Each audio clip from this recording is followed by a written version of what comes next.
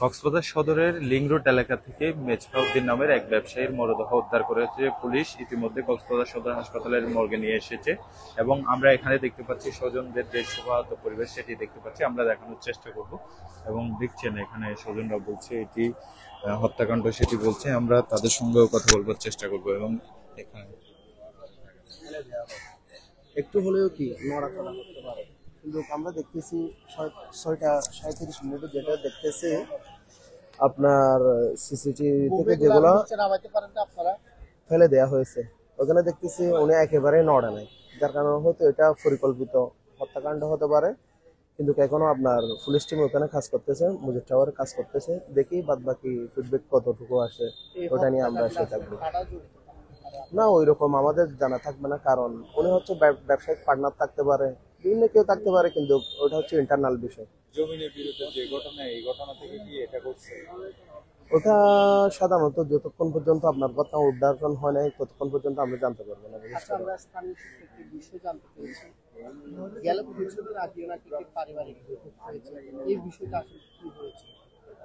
পারিবারিক বলতে বলতে ওইটাতে আমাদেরকে ইনভাইট করে না, ওটা আমরা জানবো না।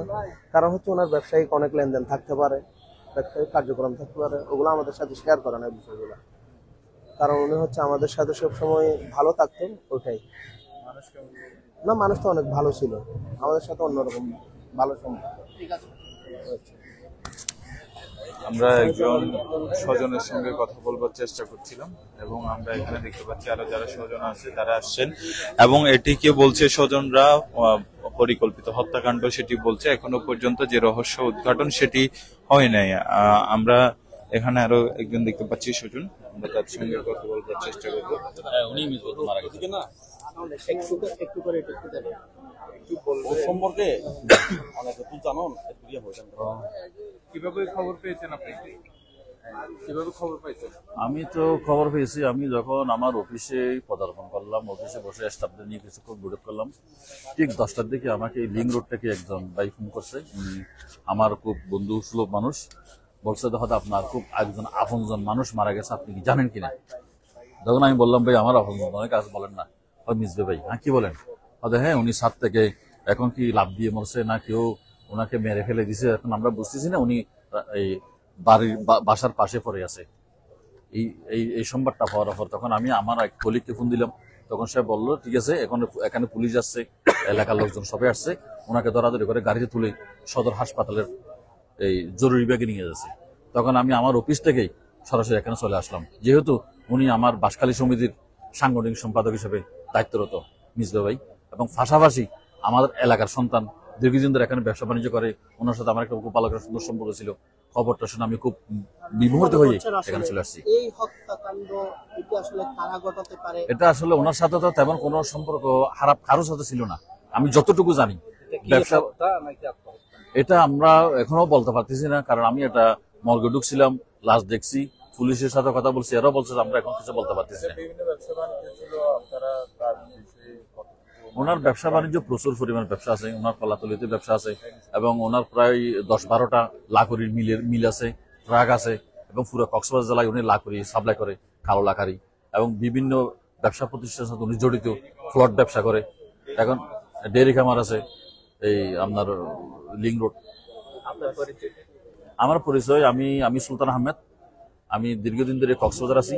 আমি 25 ইয়ার্স গ্রামীণ ব্যাংকের অডিট অফিসার ছিলাম, বর্তমানে একটা মোবাইল কোম্পানির ডিস্ট্রিবিউটর সেলস ম্যানেজার হিসেবে আছি। রিলেশন আমার সাথে প্রায় 15 দিন হবে।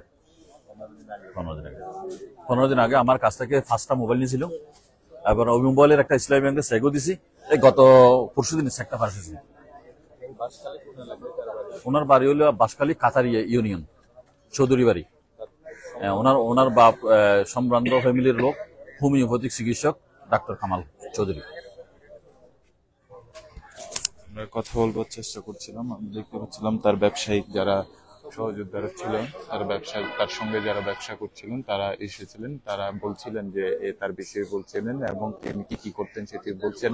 এবং এখানে দেখতে পাচ্ছেন শোকাবহ পরিবেশ বিরাজ করছে কক্সবাজারের যে সদর হাসপাতাল মর্গ প্রাঙ্গণ, সেখানে আমরা সেটি লক্ষ্য করছি। এবং বাঁশখালীর মেজবাউদ্দিন তার মরদেহ কক্সবাজারের যে লিং রোড আছে, লিং রোড এলাকা থেকে উদ্ধার করা হয়েছে। এবং তারপর থেকেই সেখানে যে সিসিটিভি ফুটেজ সেগুলো যাচাই করছে এবং শনাক্ত করার চেষ্টা করছে এটিকে হত্যাকাণ্ড কিনা সেটি চেষ্টা করছে শনাক্ত করার। এবং এখানে একটু আগে এসেছিল কক্সবাজার সদর থানার ভারপ্রাপ্ত কর্মকর্তা এবং জেলা পুলিশের অতিরিক্ত পুলিশ সুপার এসেছিলেন, এখানে এসে বিষয়টি দেখে গেছেন। এবং এখানে আমরা দেখতে পাচ্ছি স্থানীয় সদস্য এসেছিল এবং পৌরসভার যে সাবেক মেয়র সরওয়ার আলম তিনিও এসেছিলেন। এরপর থেকে আমরা দেখতে পাচ্ছি যে স্বজনরা একে একে আসছেন, তার স্বজনরা, এবং এই যে বিষয়টি সেটি তারা খোঁজ খবর নিচ্ছেন এবং কিভাবে করছে সেটি বের করার চেষ্টা করছেন। আমরা কক্সবাজার সদর হাসপাতালের মর্গের প্রাঙ্গণ থেকে দেখানোর চেষ্টা করছিলাম ব্যবসায়ী মেজবাউদ্দিনের যে মরদেহ উদ্ধার হয়েছে সেটির